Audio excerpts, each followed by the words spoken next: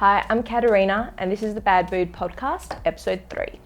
Now, I bring in Faye Sheridan, a female health expert, into this particular podcast purely because I wanted to bring in a different perspective for women who may not be aware that they even have breast implant illness. In addition, this podcast is going to help coaches out there who have clients and help them to understand how they could frame the potentially of having breast implants being an issue to their current health challenges. Another hot topic that we do discuss is the bodybuilding industry, amongst other things as well. So I hope you enjoy this podcast. So I look forward to hearing some of your comments or even seeing some of your messages in the DMs to see how this has helped you. Now, this podcast is not to diagnose, cure or slander. It is purely for educational purposes only. So I hope you enjoy the podcast. Faye, thanks so much for joining the Bad Boobs podcast. I really appreciate that you're here because I know your knowledge and your wisdom around women's health is going to be such a massive, attribute to this podcast, especially other women who are coaches out there working with women.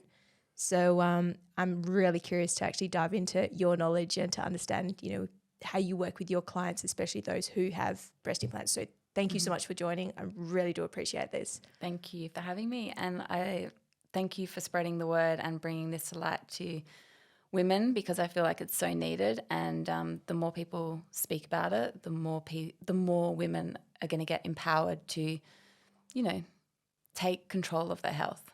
Absolutely. Yeah. So I'd love to dive in. I know we're discussing a little bit before about your clients. And understanding or navigating around, the certain issues that some of your clients actually have. Mm-hmm. So I want to dive in back from where we were discussing before about symptoms or underlying issues that some of your clients have, and then they go and get breast implants. So can you tell me a little bit more about that? Yeah, so what I was saying to you before is that, yes, we have breast implant illness, but we also are not looking at women who may have an underlying health condition already and then going and getting breast implants. So what are the most common symptoms that you find that they have? Yeah, I guess like a lot of women now have things like endometriosis or PCOS, menstrual health, issues or thyroid issues. They're probably the most common things, health concerns with women. Mm-hmm. And then they go get breast implants. Yeah. But most women don't know that they have endo or PCOS. True. It's like a little hidden thing that they don't know much about. Mm-hmm. So let's dive into understanding the symptoms that will come from that, and then, women then getting breast implants and then the symptoms that you lay that on top. Mm-hmm. So can you tell me a bit of some of the symptoms that women experience through endo and PCOS? Yeah. So with endo, it's things like, heavy bleeding, painful periods, painful intercourse. They may have, very common for women to have IBS with endo as well. They're probably the main kind of symptoms. And then with PCOS, it's, irregular cycles, hair falling out, which is, a common breast implant illness symptom as well, acne, weight gain, that kind of stuff. So that's what I see a lot in my either endo clients or PCOS clients. And like I said, there's a crossover with breast implant illness as well, with breast implant illness symptoms being very similar to some of these menstrual cycle dysfunction symptoms as well. Mm-hmm. So if someone gets breast implants on top of having endo and PCOS, how do you manage that? Or is their endo and PCOS able to get better, or does it stick? Yeah. So tell me what happens. I mean, I don't have many clients really that come to me who have. They're not coming to me. And for breast implant illness. Yeah, they're not coming to me for breast implant illness, and they're definitely not my clientele aren't usually women that get breast implants either. Mm-hmm. So looking at the women then who have had endo PCOS, I know you had some clients who have had, like we were just speaking about one just earlier today, that's part of your partner's gym. Yeah. So let's just say they have endo and PCOS. They have all this stuff going on, thyroid, you name it. Yep. And then they get breast implants.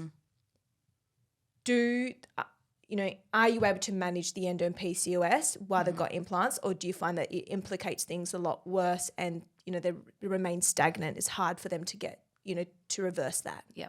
Initially, it may not impact them. Yeah. But I would say long term, PCOS, endometriosis, there's already an immune component to it. Mm-hmm. Put something foreign in your body and it's probably going to exacerbate those symptoms even more. So it's having that conversation with them and being like, are you prepared to, if it comes to it, push comes to shove, to get your implants removed, if that's kind of like the last resort? If we are not building any momentum with your symptoms aren't getting better, we have to talk about the elephant in the room here. We have to talk about the breast implants. So if anything, I would say it's going to exacerbate symptoms, 100%. Okay.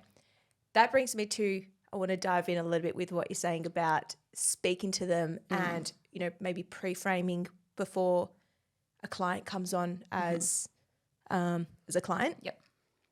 How would you go about asking those questions? Because we know so many women are so defensive when they have their implants in, and it's like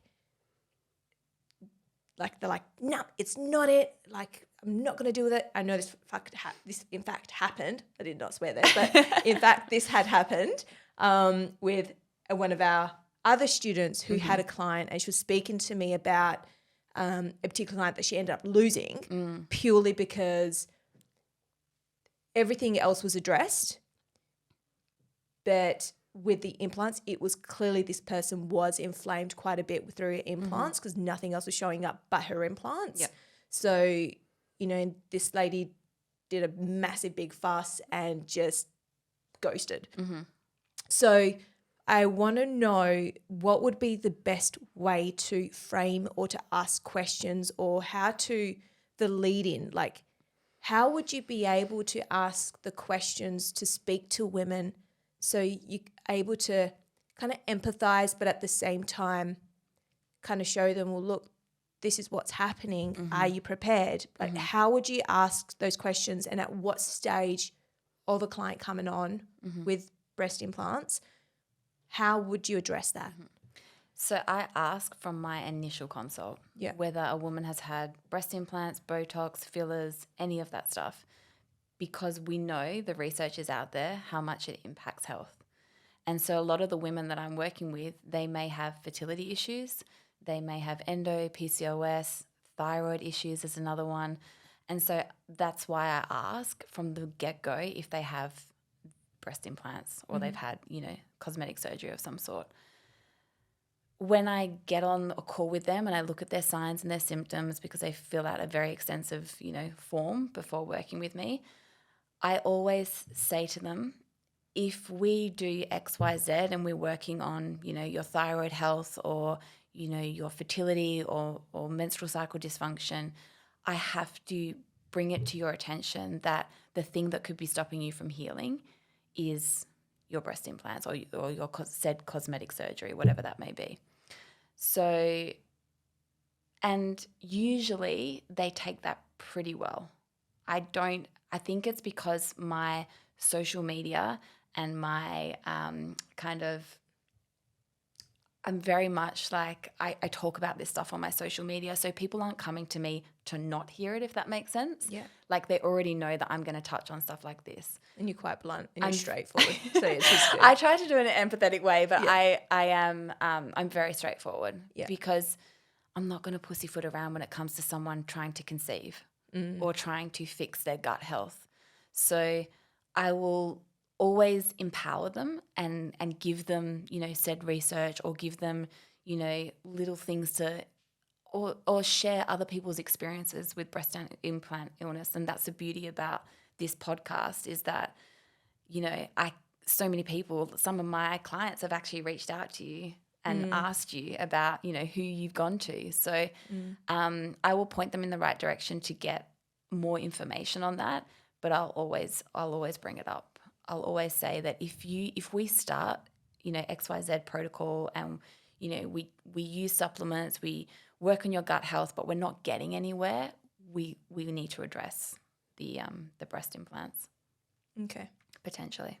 if you want to. And what if they don't and they don't want to hear it? How would you still take them on? Like, because you might be 6 months down the track and this person might not be getting better or, and they still don't want to get their implants in. Like, what would be the best way then to be able to support or manage that? Yeah, so just being honest and upfront with them from the get-go. That's why I always bring it up at the very first consult, or when I'm onboarding them, I bring it up and I just say to them, if we're not getting any progress, we have to address the things that we're not, or you're not willing to address. Yeah. And I think if you're honest and upfront with them from the get-go, then you also save your ass a little bit, because if they're not getting results, and they're ticking all the boxes, I have to add that, if they're not ticking all the boxes, it's like trying to heal your gut while on the pill, or trying to regulate your hormones while on the pill. You can't do it. And it kind of goes a little bit the same for the breast implants as well. So I think just being honest and upfront with them from the get-go. Okay. And then if it's 6 months down the track and we're not seeing any progress and they're doing everything, everything to the T, then I would refer out if they're willing to, see someone to talk about breast implant illness a little bit more, and put them in contact with other people that have gone through similar things.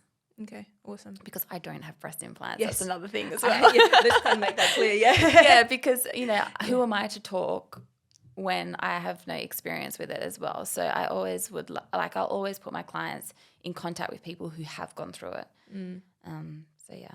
It's really important as well for people to be connected with others who've gone through similar experiences. Like, I sense that as well. Okay, cool. But there are women who are in denial as well. And, that's okay.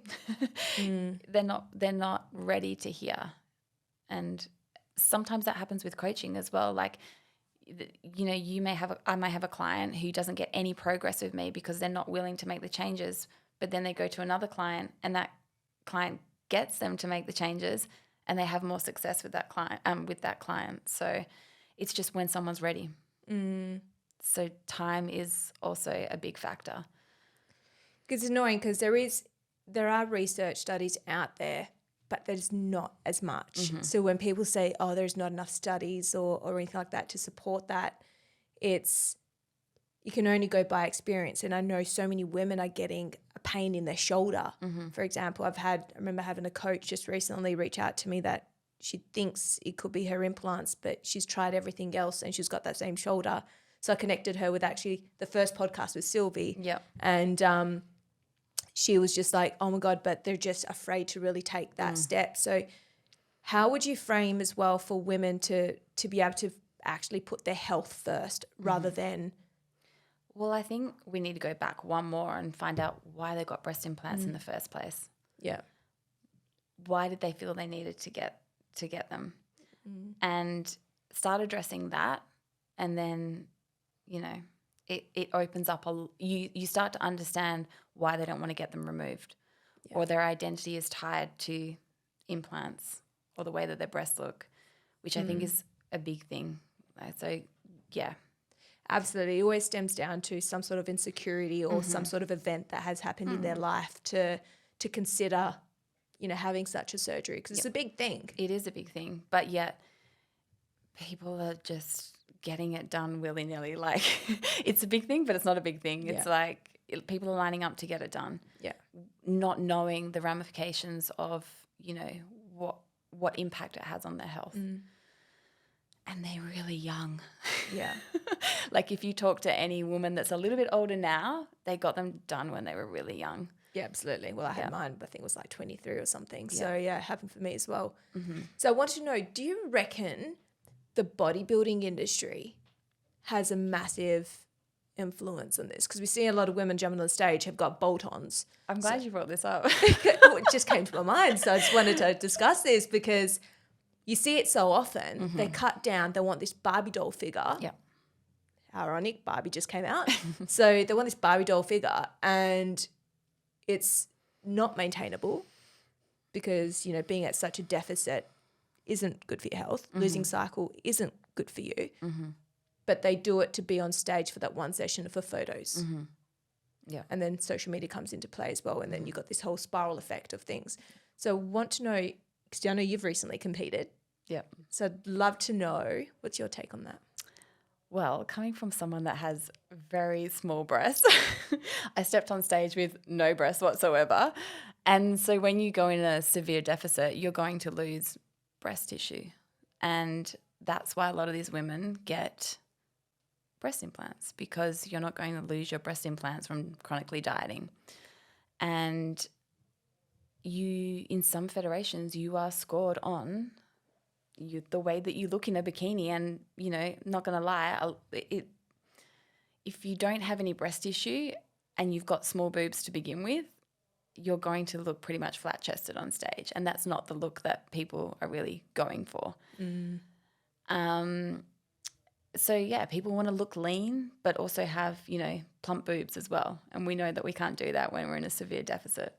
Absolutely. And when you start to, you know, go into these kind of dieting phases, then coming back out of it, dieting phases, your boobs get saggier. I see, again, a lot more women now are competing at a lot younger age. Throw in performance-enhancing drugs, throw in how unhealthy competing is, and then throw in, you know, cosmetic surgery on top of that. What are we doing to our bodies? And it's giving, you know, a lot of young women look up to these women who do compete for inspiration as far as body image goes, which is sad. And what impact does that have on fertility? Well, I've just competed and I lost my cycle for about 6 months. Wow. I've just got it back, like regular.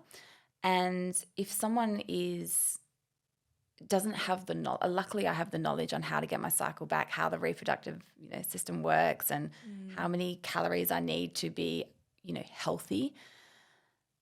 If you don't understand that and you're not doing the things to get your cycle back, or, you know, you're taking performance enhancing drugs that can impact fertility as well, it's not looking good for the future.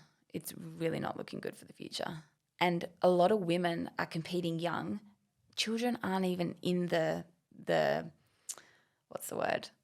They're not even thinking about having kids yet. They're that young. They're not thinking long term, which I look back when I was 20. I wasn't thinking, you know, I'm going to have kids at this age. So, yeah, I think it's not good for fertility, 100%. Like that chronic dieting and throwing performance-enhancing drugs on top of that, and we've already got fertility issues without all of that stuff. Yeah. You know, we're seeing fertility dwindling right before our eyes due to, you know, endocrine disrupting chemicals, due to, you know, so many things. So, yeah, throwing chronic dieting on top of that and throwing in, you know, poor body image and the need for women to look a certain way and be a certain body fat percentage to feel worthy is, it's not good for fertility. Yeah, we're not meant to walk around, you know, lean all year round. Well, lean at all, unless if you're competing, definitely not walking around lean all year round. Yeah. So now we know, and I've actually a friend of ours, you know, not naming anyone here, but we know, you know, she was training and ruptured her implant. So I want to go on the lines of the potential impacts of training or having implants and it rupturing. Like, do you know, have you had any clients or come across anyone that have had ruptured implants and the symptoms that have come from it? only our mutual friend. Okay. But I think I've heard a lot of women who have had, they've had a rupture without actually even knowing. So there's that, but then there's a lot of women who are probably they're getting their breast implants done and they then are performing movements that could impact the breast rupturing or the breast moving or what have you. So I don't actually have any clients as such. I can only imagine how much, a rupture would impact your health. And then having a rupture and not actually knowing about it, that's just, it blows my mind. Yeah. So yeah, there's a lot of, I've heard a lot of stories about women, their breasts moving, being ruptured. And yeah, like you think of certain training movements, whether it be pushing, chest stuff, even upper body stuff, and they haven't healed properly, or, the change in the tissue, they're going to be a lot tighter. So yeah, I don't know anyone myself. I haven't worked with anyone with a rupture, but yeah. Yeah. Because I know with scarring tissue, it wraps around the implant. So I've seen from some scarring tissue have actually just shrunk, like tightened so much on the implant that it can create those bursts. So I want to know, like, I'd love to know on the perks of those, like infertility or women who have pregnant or breastfeeding. Like, is there any studies, or do you know of any implications of women who breastfeed and have implants? Yeah, I mean, I haven't actually I'm not going to lie, I haven't actually looked at any studies, but intuitively, I think breastfeeding, you could be passing on chemicals to your baby. Like I can't fathom breastfeeding with implants. Like it's crazy. So I don't know. I haven't looked at any research. I don't know if you have. Well, I know myself. I had staph growing on my implants. I was just going to bring that up. So for staph, and then they found a second growth 2 weeks later. So when I went for my second consult post-surgery, there was another bacteria that was more of a long-growing, it's a slowly developing black bacteria. That was also on my implants. So, and I know they're still doing studies at the moment, so I'm just still trying to understand more about it. But I couldn't imagine having something right there. Milk is being produced and you've got staph there. Yeah. Like I couldn't imagine that going, and we know with firstborns it's shown, like on the studies, that whatever chemicals or bacteria, all that kind of stuff that might be in, or metal toxicity, we know that gets offloaded on that firstborn. So, well, we know this because there's studies on this. Is that right? Yeah. So can you tell me more about that, and then we'll lead into the possibility of the breast implants? The health of the mother is going to impact the health of the baby. Yeah. Whether that's in, while the female is pregnant and she already has underlying health issues, or, gut health issues, but then afterwards, if she is breastfeeding and, low in nutrients, and those nutrients aren't getting passed on to bubs, or, some women aren't even breastfeeding because they have breast implants. And the literature definitely says that breast is best. So, yeah, like you are doing, this sounds so bad, but you're doing a disservice to your child if you are not trying to breastfeed purely because you have breast implants, I believe. And that is really, it sounds harsh, but it's the reality, but there's a lot of ignorance around it as well, because purely, like, a lot of women don't care. Not that they don't care about the baby, they don't care, they want their implants in. So again, it comes back to having that self-esteem. Yeah. And also the knowledge. Like I know a lot of women don't have the knowledge around what potential issues could come up if they don't breastfeed their baby. Because again, like I remember when I was in hospital and I ended up in the intensive care unit because I had a traumatic birth, and they were wanting to give Alex a bottle. And I was just I was like, no, I am breastfeeding. I don't care if you have to keep bringing him up here. Like, I am breastfeeding. Even in the hospital, they'll push a bottle if push comes to shove.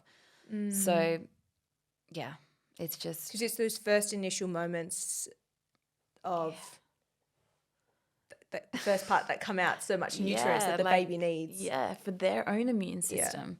Yeah. It's so important. So Now let's going back to having the implants. Like, so we know that as well. I know there's literature out there with, women who might have,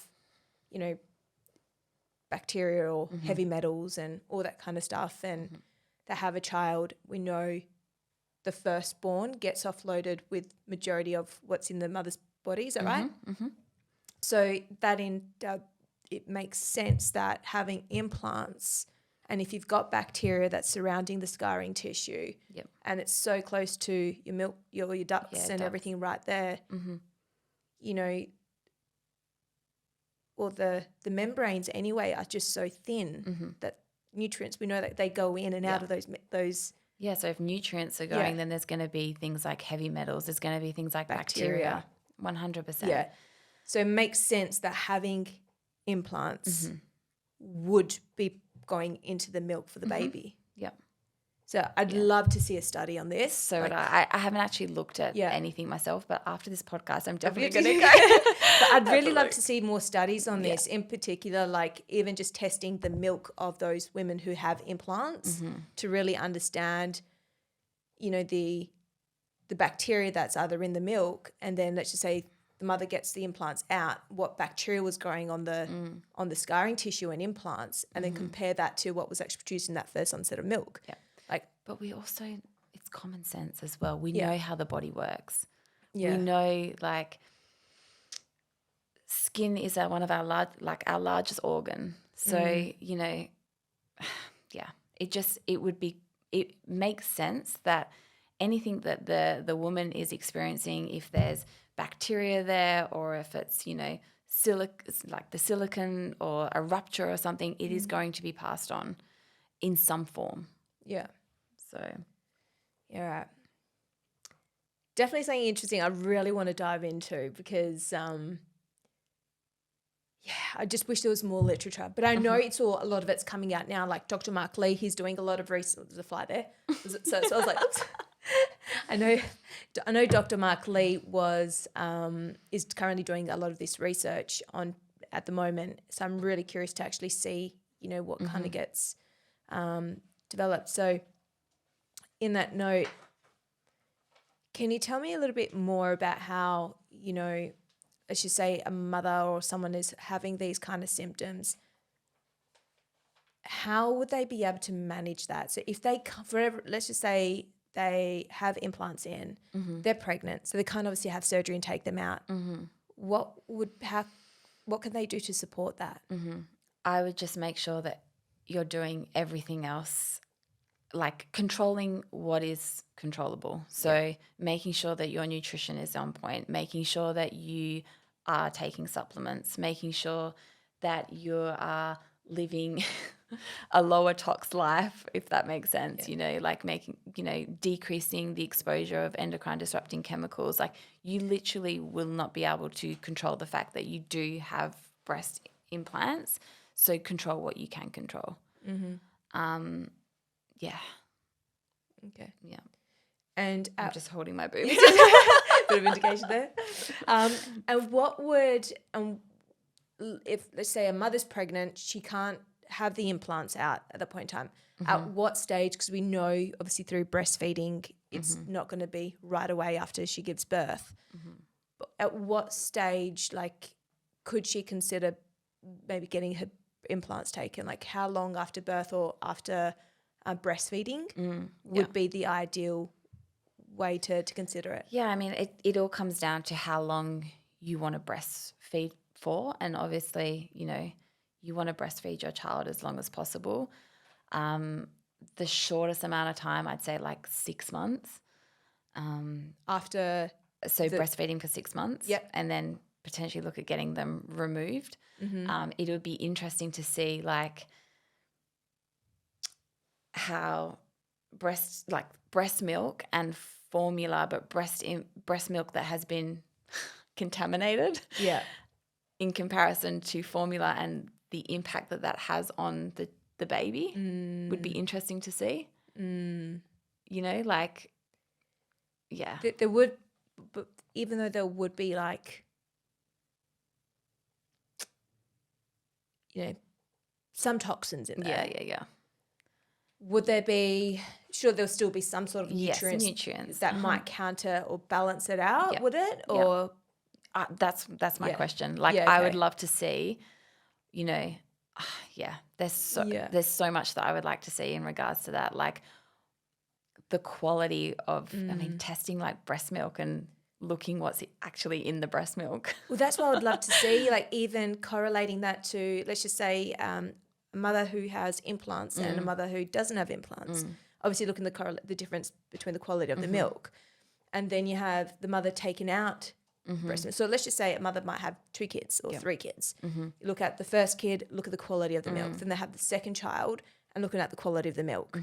And I know different times and different environmental factors and everything will play in part.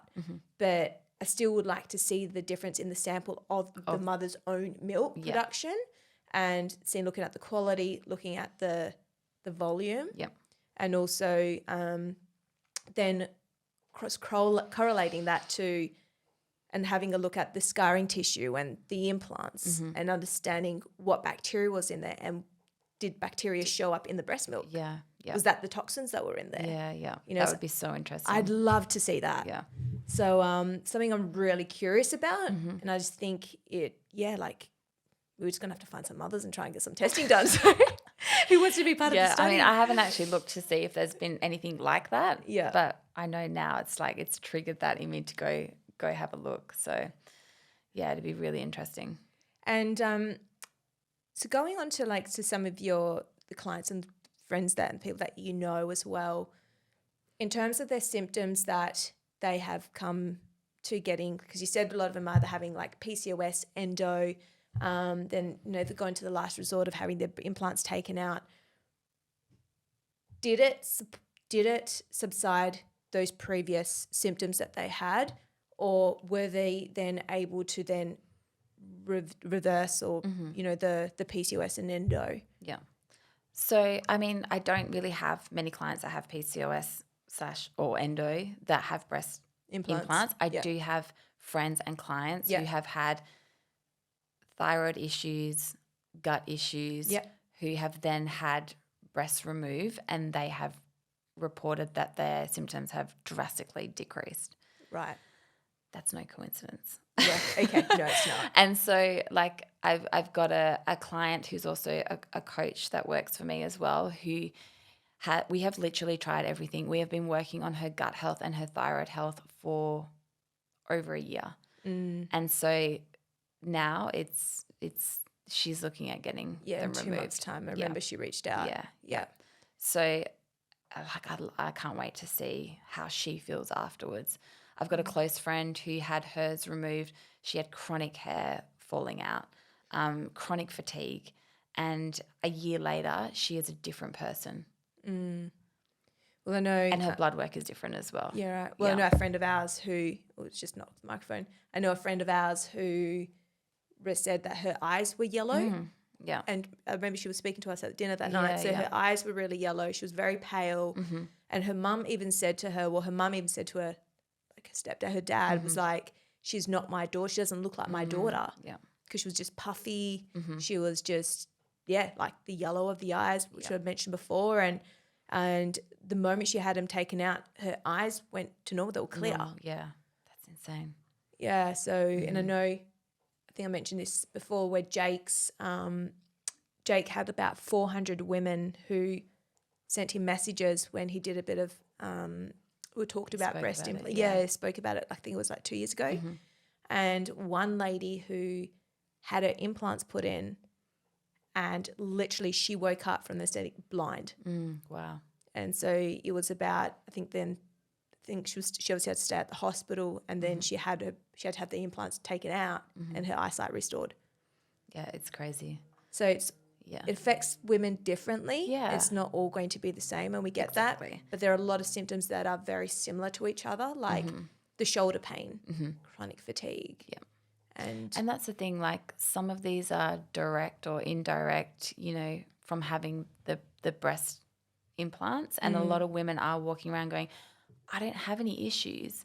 Well, how do you know that you don't have any issues? Because a lot of them aren't even they're not even aware of Yeah. the current symptoms that they're experiencing, like hair falling out or like fatigue. They'll put it down to something else like low iron or something like that. Or they had a big weekend. Exactly. Yeah. Or they're getting older. That's one I hear all the time. Oh, I'm pushing 40, so like that's why I feel like I feel. And I'm like, no, you shouldn't be feeling like that. No. Well, I know a 77-year-old man that's doing calisthenics on a bar, and he every single day he's not 77. 3 years ago he was 77. He's close to 80. He's still doing calisthenics on the bar and training amazing ballerinas. He's a good friend of mine. And he goes to the gym every day. He's got full of energy. He's written 5 books, somewhat quite known. But at the same time, that just shows that that's at 80. You're at 40. You've got so many years to go. You should not be feeling like that. I remember for years, when I had them in over the past, probably when we moved to Melbourne, and 4.5 years ago, but I was so fatigued. Like I remember, I was waking up till at midday. Yeah. Yes, it was correlated to a tooth, but then at the same time, I was still feeling fatigue. Like I can't wake up in the morning without feeling good. I still felt tired. Yeah. And I think that was the big thing. But women come across, women come across this and saying it's normal. Yeah. It's a new acceptance of normal. It's like, I actually met a lady on the weekend and we were doing cold plunges and sauna, and she was telling me about her breast implant illness. right. She had chronic chest infections, just kept getting them over and Another over one. again. Yeah. I was prone to chest infections. It was a massive one for me as well. Yeah. And as soon as she got them removed, she hasn't had a chest infection since. Yeah, wow. So it's just the proof is There. And the proof is there, and unfortunately it's a huge procedure to go through to get them removed, to understand that it might actually be the breast implants as well. So that I can understand, and I have empathy for women who are a little bit skeptical, or they don't want to look at the fact that it could potentially be the breast implants, because it's a huge procedure to get them taken out, as you know. You've been through it. Well, it took me a year to mentally prepare myself to choose to get them out. Yeah. And I know, so we had, last week with Rebecca, where she mentioned, Rebecca Cornell from Ishq Jules, she mentioned that, she didn't have enough time to mentally prepare herself to get them out, wasn't able to fully process. It was purely through a message that she got from her friend and said, hey, look, I think it's your breast implants. And for years she was battling like chronic fatigue, not being able to get out of bed. And she had 3 kids, So I think you have to be mentally prepared to get them out, specifically as well when you've got such an attachment from an event that had occurred past in your life for the reason for you getting them. And there comes to, probably insecurities or self-esteem, or, you broke up with a boyfriend, so you just thought, fuck it, I'm going to do it. So, I think a lot of that comes to play for a lot of women to, I think, like you said right at the beginning, to really address those issues that occur prior to considering actually getting them out. Yeah, what are the insecurities that you have around not having these breast implants or getting them in the first place? Correct. And start doing that work before you get them removed. That inner work, as we always talk about. It's the same with mindset when you're trying to go on a health journey. You have to address the mindset first and foremost. So doing that inner work is so important. And then the healing component as well, like would know from an energetic point of view, like what's the energetic component of having breast implants and having, this place of your body being altered. It's the same with, having the womb, looking at the womb space and, how trauma can impact the womb space as well. So no one's talking about that energetic component either. It makes you wonder, because it's in the area of the heart chakra, it's you put something on to fix a broken heart, and this could be a broken heart that has either happened with a man or has happened with something that has happened in an event in your life that for yourself. Like you you don't love yourself enough. So it's super interesting because I think it's just that quick fix, right? So having putting a plaster on for that fix that they think they're going to get. Yeah. And, it turns out that when it comes to the point of having to remove them, they're dealing with all those emotions again because they didn't process it. Don't stop at breast implants. No, they continue. They continue with other stuff as well. Yeah. And again, it's like, what are you trying to achieve by altering all these things with your body? Is it making you feel better? 9 times out of 10, it's not going to make you feel better. Yeah. Because you haven't done that inner work.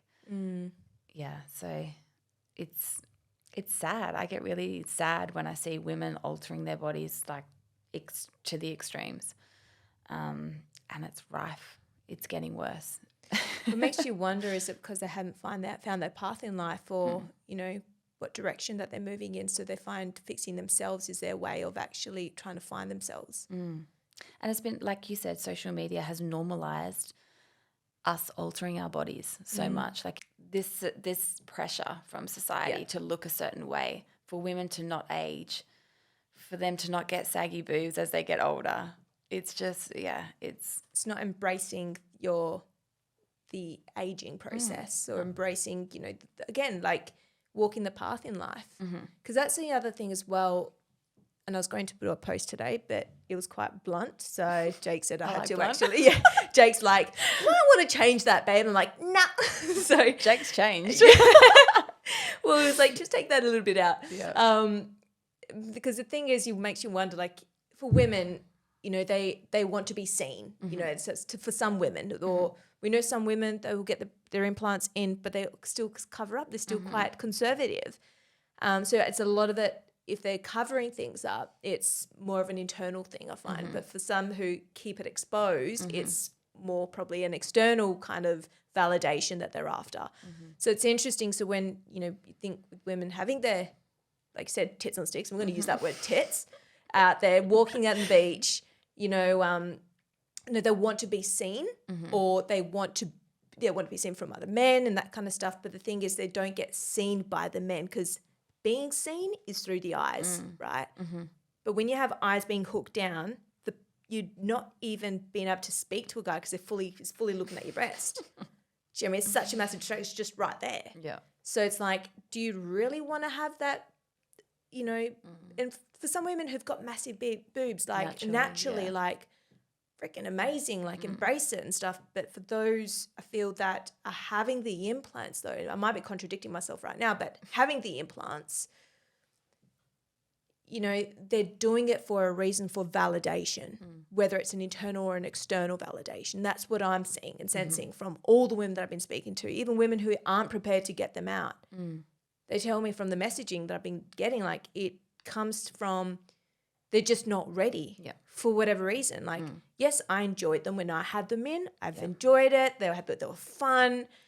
But at the same time, like, it costed my health. Yeah. And the years of having them in, yes, again, like, I had fun with them, but it didn't warrant my health to decline. Yeah. And then who knows, like, I don't know yet, but when I start trying to have kids, like, has it impacted? Yeah. I don't know yet, but we're going to be trying soon. So hopefully, but, I just don't know about that. And I think, that's another thing that need to consider for a lot of women out there who, getting something foreign in the body, will it impact their fertility? Yeah. Especially if they're having all these conditions that are coming up for them. And they're rather play ignorant because they've just spent all this money on getting them in. They don't want to pay all that money again to take them out. Yeah. Surgeons should be asking these questions to women as to why they want to get them, because, like you said, it's usually something significant has happened in their life, and then they go out and get these breast implants for this kind of Band-Aid to make them feel better or what have you.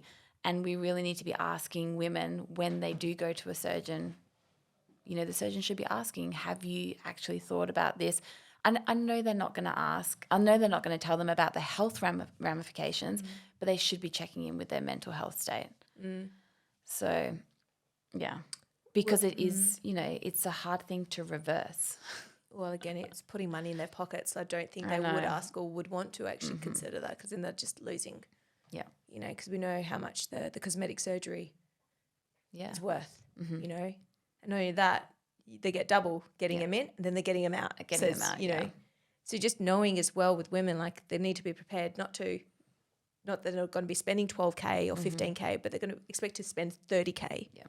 Is that it's a really, lot of money. It is. Is that really worth it, especially if you're wanting to start a family or have kids, or, I know a lot of people probably just get loans and, pay it back and all that kind of stuff, but they're just not thinking ahead. And I think that's another thing to consider. Yeah.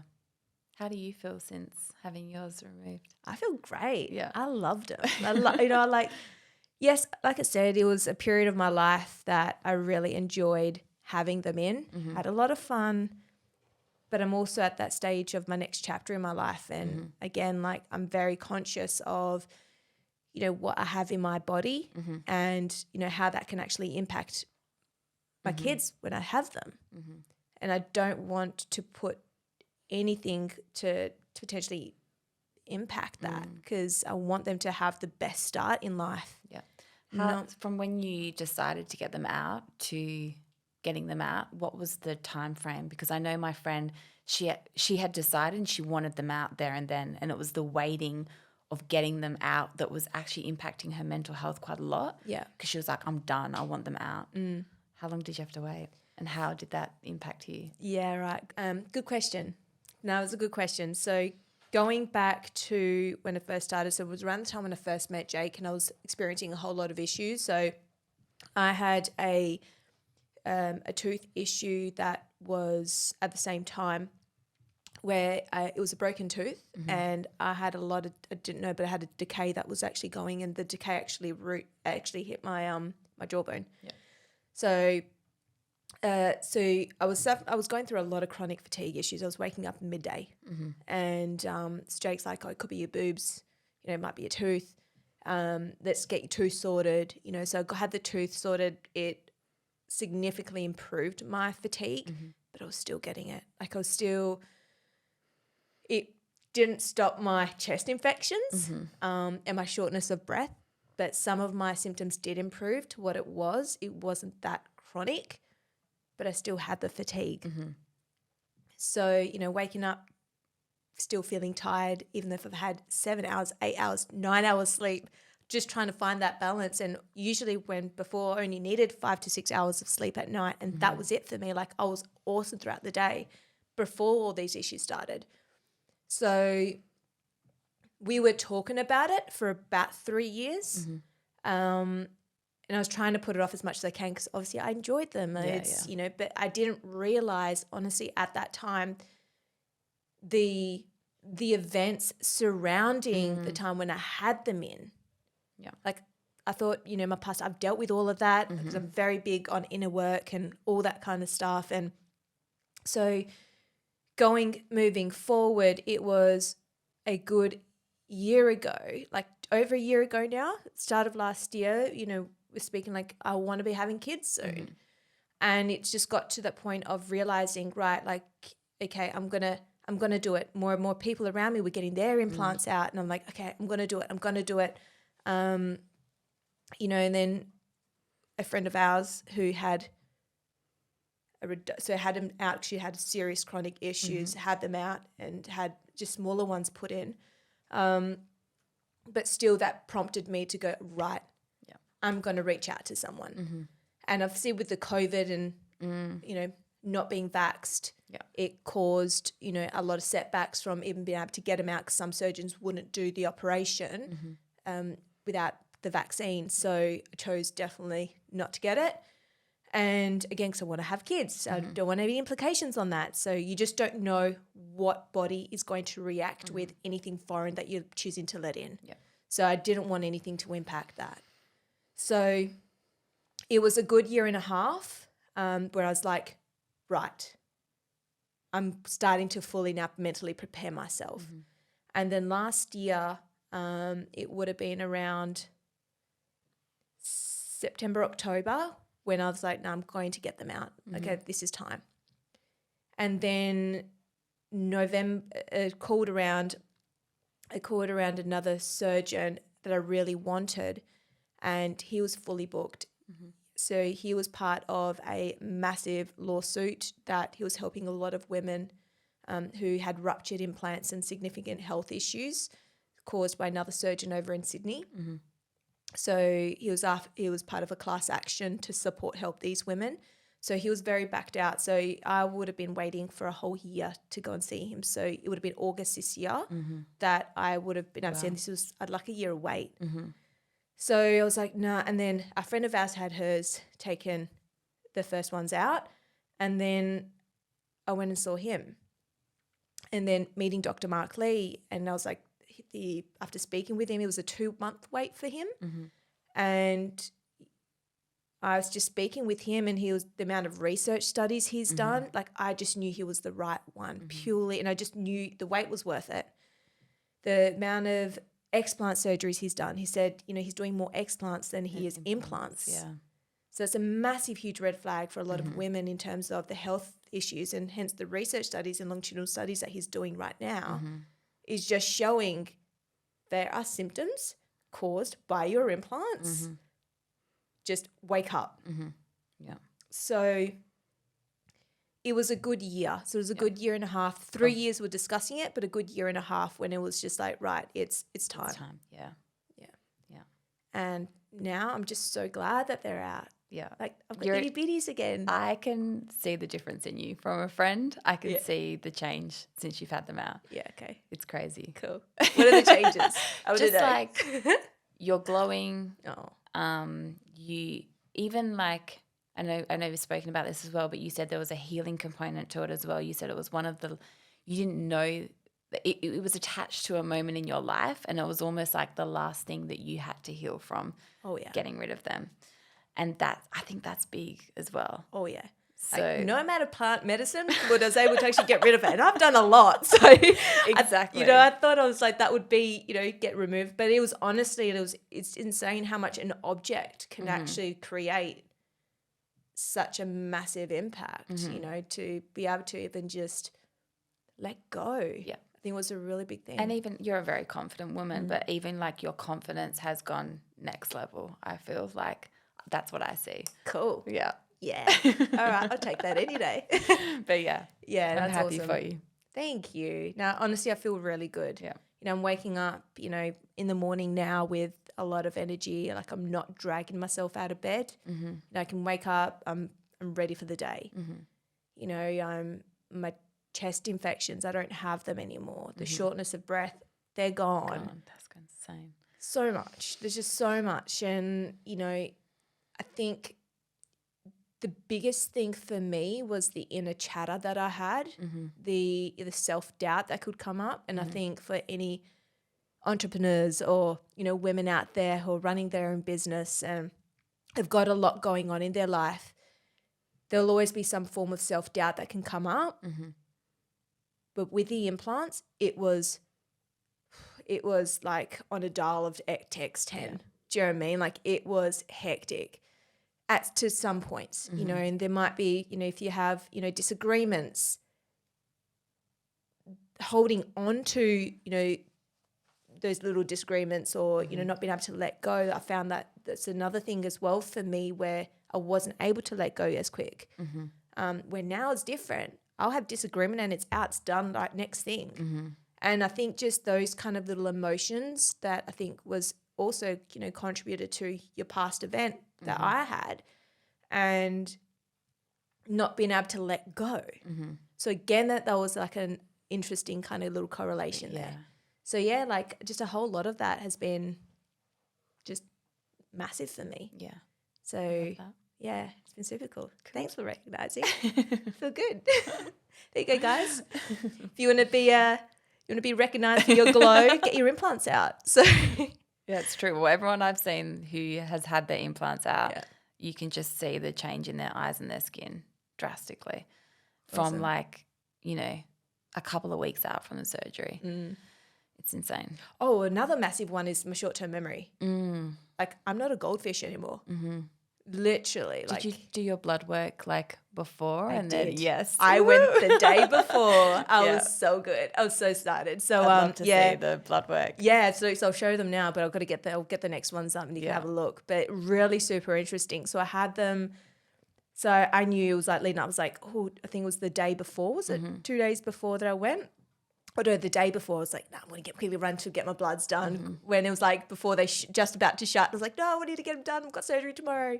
So I had them, and yeah, I'm super curious to see exactly what has come up. Yeah, Big be time. interesting. Oh yeah.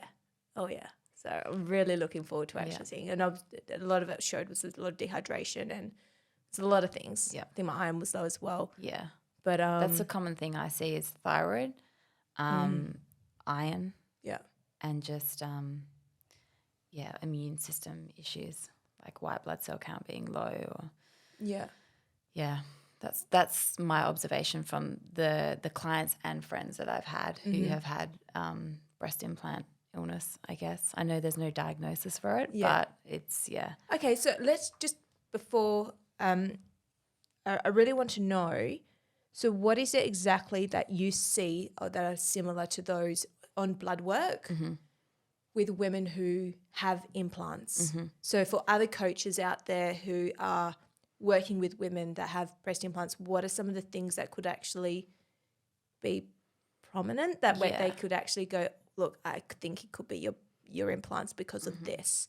What would be the things showing on the blood work? I guess it's really hard to answer that because Dependent on the individual. it is dependent on the individual. Like I've had a client who has had like a lot of health issues go on. So I don't want to just blame the breast implants. I do believe there's other underlying health issues there. But the common ones that I've seen get better when the implants have been removed have been thyroid, 100%. So thyroid markers have been quite low, and then 6 months later, thyroid markers are normal.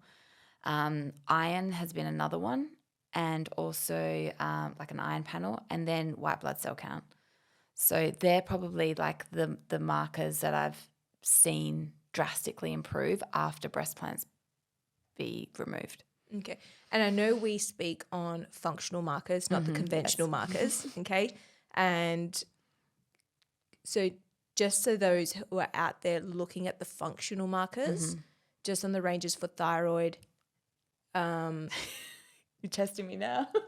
Can we quickly bring it up? Can we quickly bring it up? Just quickly bring it up. Because I really want to speak of that just so I can blow people's your mind with you. I've got nothing here. Oh, actually, I've got a call in 5 minutes. Okay. Okay, can we delete from what she said? Yeah. Cool. I should know them off the top of my head. That's But right. It's interesting. And so really interesting. Wow. Wow.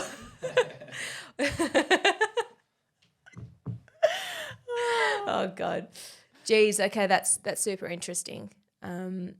So no, thanks for that, because I know it's a big thing that trying to find the objective data to understand what could show up was something that I was really curious about to understand. So for others who are searching, at least they've got some indication of what could be. Yeah. So Yeah, and it's having that objective and subjective data. Yeah, absolutely. Like I said, it's really, there's no diagnosis as such for breast implant illness. Yeah. But the proof is in the pudding with women feeling better after they get them removed. Yeah. You can't argue that. So, yeah. Awesome. And proof. Awesome. Now, honestly, Faye, thank you so much for coming today and speaking about your experience with women who don't have breast implant illness but also underlying issues. I think it's just super important to hear from someone who is an expert in women's health. And you're just amazing with what you do working with women. So thank you so much for joining the podcast. Thank you. I know you would have helped so many women so they can actually hear back on this to really understand and hopefully getting tuned with their body to recognize some of the symptoms that come up. So thank you so much. No, thank you for having me. And for any women out there who are experiencing some of these symptoms, all you need to do is go on to these Facebook pages that are out there, and there's lots of women talking about this. So yeah, if anyone resonated with any of the symptoms that they're experiencing, just reach out to you, reach out to anyone that's been on this podcast, reach out to myself. Not that I've experienced it myself, but I know people that have. So. And what's your Instagram? It's Cycle Sisters is my Instagram, at Cycle Sisters, and I have a free Facebook group page as well, which is Cycle Sisters. So Awesome. Thank you. So that's how you guys can find Faye. So if you ever need any questions, you can always have a chat with her. thanks. Thank you so much. Thank you.